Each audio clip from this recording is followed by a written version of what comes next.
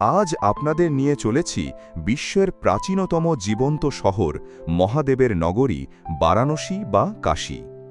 এ শুধু একটা শহর নয়, এটা এক অনুভূতি, এক আধ্যাত্মিক শক্তির কেন্দ্র।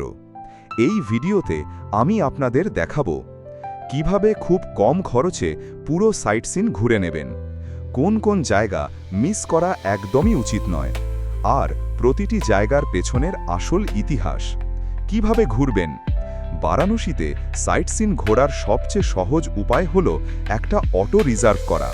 সাধারণত ৮০০ থেকে ১০০০ টাকার মধ্যে পুরো ট্যুর করিয়ে দেয়। সকাল সকাল বেরোলে ভিড় কম থাকে আর সব জায়গা শান্তভাবে ঘোরা যায়। প্রথম স্থান দুর্গাকুণ্ড মন্দির। এই মন্দিরটি ১৮০০ শতকে এক বাঙালি রানী ভবানী নির্মাণ করেছিলেন। মন্দিরটি মনকি টেম্পল নামেও পরিচিত, কারণ এখানে প্রচুর বানর দেখা যায়। বিশ্বাস করা হয় এখানে থাকা মা দুর্গার মূর্তি স্বয়ং প্রকাশিত। মন্দিরের পাশেই রয়েছে দুর্গাকুণ্ড, একটি পবিত্র জলাশয় যেটি ধর্মীয় আচার অনুষ্ঠানের জন্য ব্যবহৃত হয়।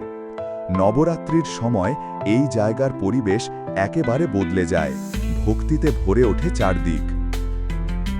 দ্বিতীয় স্থান তুলসী মানস মন্দির। এই পবিত্র স্থানে বসেই মহাকবি তুলসীদাস রামচরিতমানস রচনা করেছিলেন ১৬শ শতকে। বর্তমান মন্দিরটি ১৯৬৪ সালে তৈরি হয় সাদা মার্বেল দিয়ে। মন্দিরের দেয়ালে খোদাই করা রয়েছে রামায়ণের প্রতিটি গুরুত্বপূর্ণ অধ্যায়, যা শুধু ধর্মীয় নয়, সাহিত্যিক দিক থেকেও অমূল্য। এখানে ঢুকলেই এক ধরনের শান্তি অনুভব হয়, যেন রাম নামের ধ্বনি চারিদিকে প্রতিধ্বনিত হচ্ছে।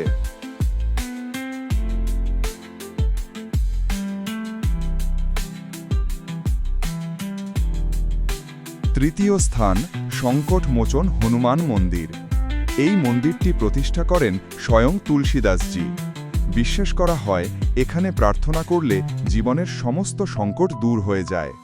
মন্দিরে ঢোকার আগে আপনাকে মোবাইল ফোন ও ব্যাগ জমা রাখতে হবে, কারণ এখানে নিরাপত্তা খুবই কড়াকড়ি। প্রতিদিন হাজার হাজার ভক্ত এখানে এসে হনুমানজির কাছে শক্তি আর আশীর্বাদ চান। চতুর্থ স্থান ত্রিদেব মন্দির। এই মন্দিরে আপনি একসাথে দর্শন পাবেন ব্রহ্মা সৃষ্টিকর্তা, বিষ্ণু পালনকর্তা, মহেশ বা শিব সংহারকর্তা। ত্রিদেবের একত্র উপস্থিতি এই মন্দিরকে অত্যন্ত বিশেষ করে তোলে। ভিতরের স্থাপত্য, মূর্তির কারুকাজ সবকিছুই চোখে পড়ার মতো। পঞ্চম স্থান স্বামীনারায়ণ রাম মন্দির। এই মন্দিরের সবচেয়ে আকর্ষণীয় দিক হল এখানে রয়েছে ১০৮টি শিবলিঙ্গ, রাম সীতা ও অন্যান্য দেবদেবীর সুন্দর মূর্তি। মন্দিরের ভেতরের পরিবেশ অত্যন্ত পরিষ্কার, শান্ত এবং সুসংগঠিত, যা দর্শনার্থীদের মনকে এক অন্য জগতে নিয়ে যায়। ষষ্ঠ স্থান ভারত মাতা মন্দির। এই মন্দিরটি সম্পূর্ণ আলাদা, কারণ এখানে কোনো দেবদেবীর মূর্তি নেই। ১৯৩৬ সালে মহাত্মা গান্ধীর উপস্থিতিতে এই মন্দিরের উদ্বোধন হয়। এখানে রয়েছে সাদা মার্বেলের ওপর খোদাই করা ভারতের বিশাল মানচিত্র, যেখানে পাহাড়, নদী, সমতল ভূমি সবকিছু অত্যন্ত নিখুঁতভাবে দেখানো হয়েছে। এটি শুধু একটি মন্দির নয়, এটি আমাদের দেশের প্রতি ভালোবাসার প্রতীক। সপ্তম স্থান সারনাথ। বারাণসী থেকে প্রায় ১০ কিমি দূরে। এই জায়গাতেই ভগবান বুদ্ধ বোধিলাভের পর প্রথম ধর্মচক্র প্রবর্তন করেন। এখানে রয়েছে ধামেক স্তূপ, অশোক স্তম্ভ, প্রাচীন বৌদ্ধ বিহার। পুরো জায়গাটা এক অদ্ভুত শান্তিতে ভরা। এখানে এলে মনে হয় সময় যেন থেমে গেছে। মোটামুটি ১২০০-১৫০০ টাকার মধ্যে খুব সুন্দরভাবে পুরো ট্যুরটা হয়ে যাবে।